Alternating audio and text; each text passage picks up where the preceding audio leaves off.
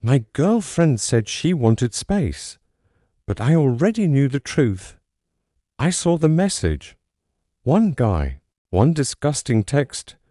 So I smiled, said let's talk, and invited her to dinner. Same place, same booth, same lies. She didn't know I had. Screenshots, videos, everything. She knew something was wrong when she stopped laughing at my jokes, the same dumb jokes that used to make her cry with laughter. My name's Ethan, and I've been dating Riley for almost 3 years. We met during our final year of college, and for a long time. It was that kind of relationship that makes your friends roll their eyes because it seems too perfect. We traveled, had the same music taste, finished each other's sentences, but over the past few months, something changed. It wasn't a dramatic shift, more like a slow erosion. At first, she'd forget to respond to texts. Then she stopped making plans in advance.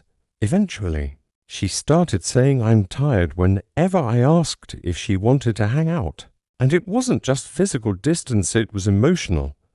Like she was somewhere else. I kept asking if everything was okay. She'd smile, brush it off, say work was just overwhelming, that she needed space, but that she loved me.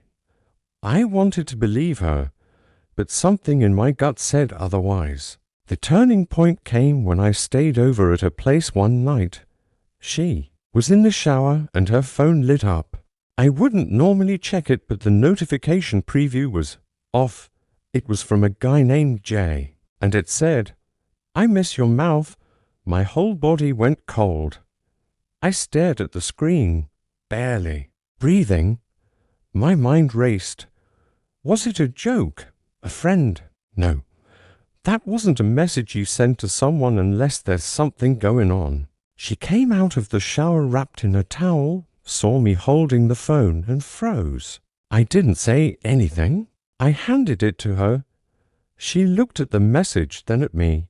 "It's not what you think," she said. Immediately. "Then explain it," I replied. She started crying. I didn't raise my voice. I didn't accuse her. I just waited. Eventually, she confessed. Jay was a co-worker. She said it started after a company retreat 3 months ago. They kissed, and after that, it escalated into something more. But I swear, it didn't mean anything. She kept saying, I was confused. I didn't know how to tell you. I wanted to scream, cry, punch a wall, but I didn't. I just nodded. She begged me to talk about it, to work it out. I told her I needed time.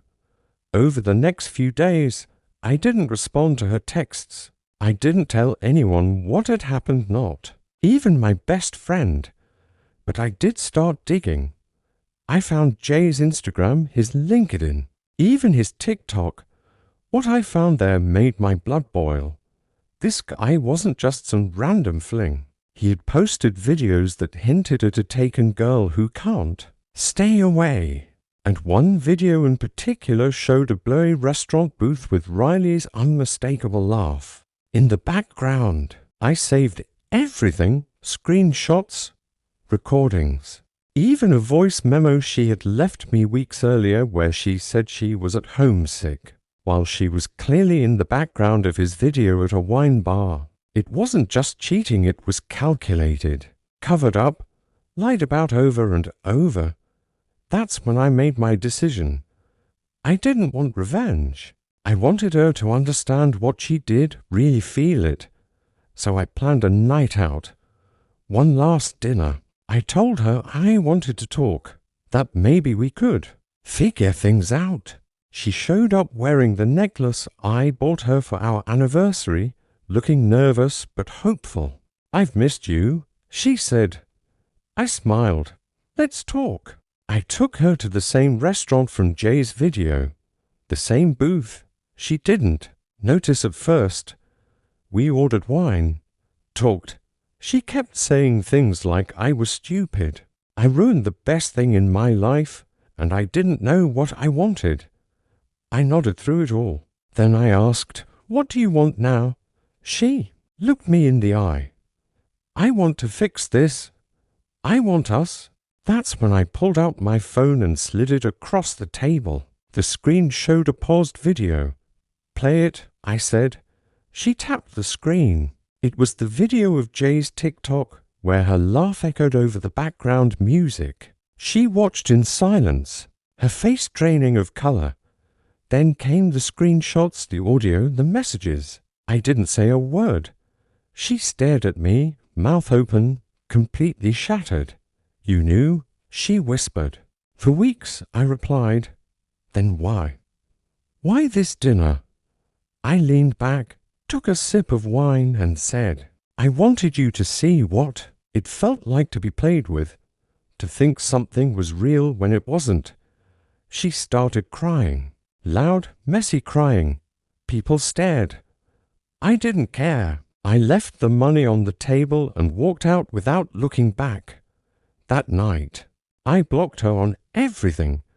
The next morning, she showed up at my apartment, sobbing at the door. I didn't answer. She sent emails, voicemails, letters, all saying the same thing. I made a mistake, but I was done.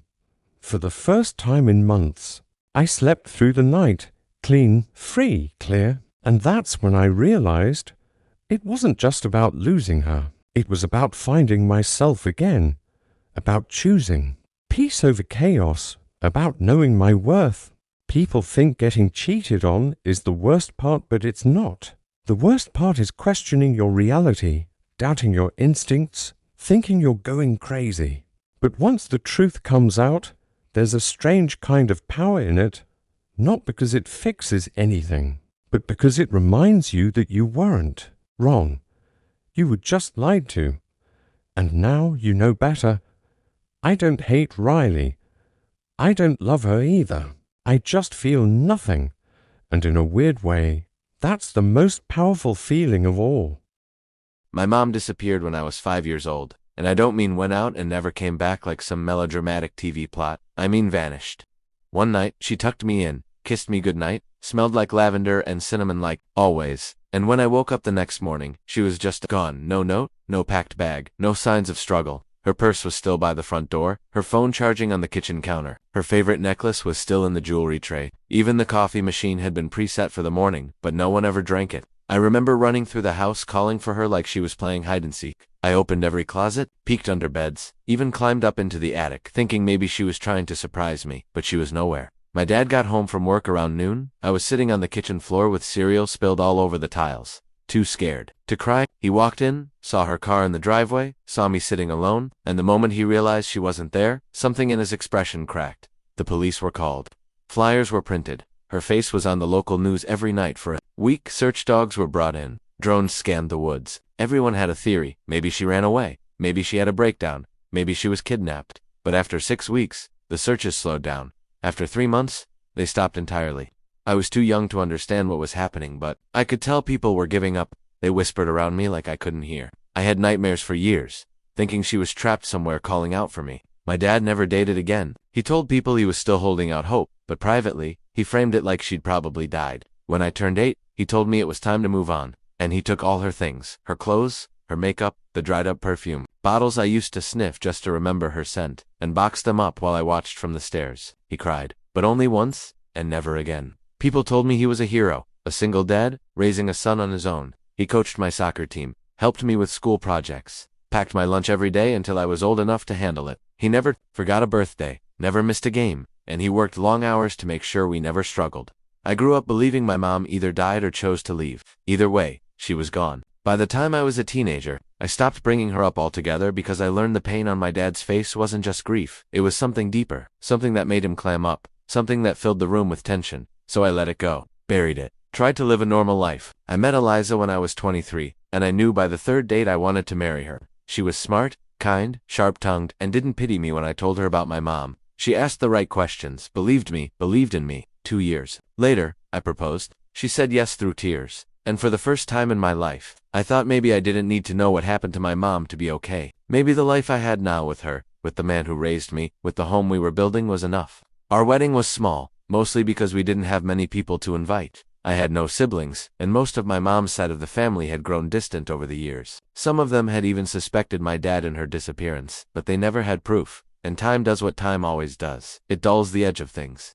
My dad was thrilled about the wedding. He cried when I asked him to be my best man. He helped pay for the venue. He toasted to our future like a proud father should. The ceremony was beautiful. Warm sun, blue skies, everyone laughing and dancing. It was perfect until it wasn't. During the photo shoot, I noticed a woman near the back of the garden. She didn't fit in. Her clothes were dated, her expression unreadable. Her hands trembled slightly as she clasped them in front of her. I might have dismissed her entirely if she hadn't spoken. Daniel, she said just that. My name, quiet like a prayer. I turned, confused, and then the world dropped out from under me. My knees buckled, my heart stopped. It was her. My mother. She looked older, thinner, worn down by time, but I knew it was her. Those eyes, there's no mistaking them. And somehow, beneath the wrinkles and dyed hair, the face I'd seen in every dream came back to life. People were staring. Eliza froze beside me. My dad turned to look and his face drained of color. Not shock, not joy, just fear. My mother stepped forward, eyes wet, voice shaking, and said, "I'm sorry. I wanted to come sooner. I couldn't. I didn't know what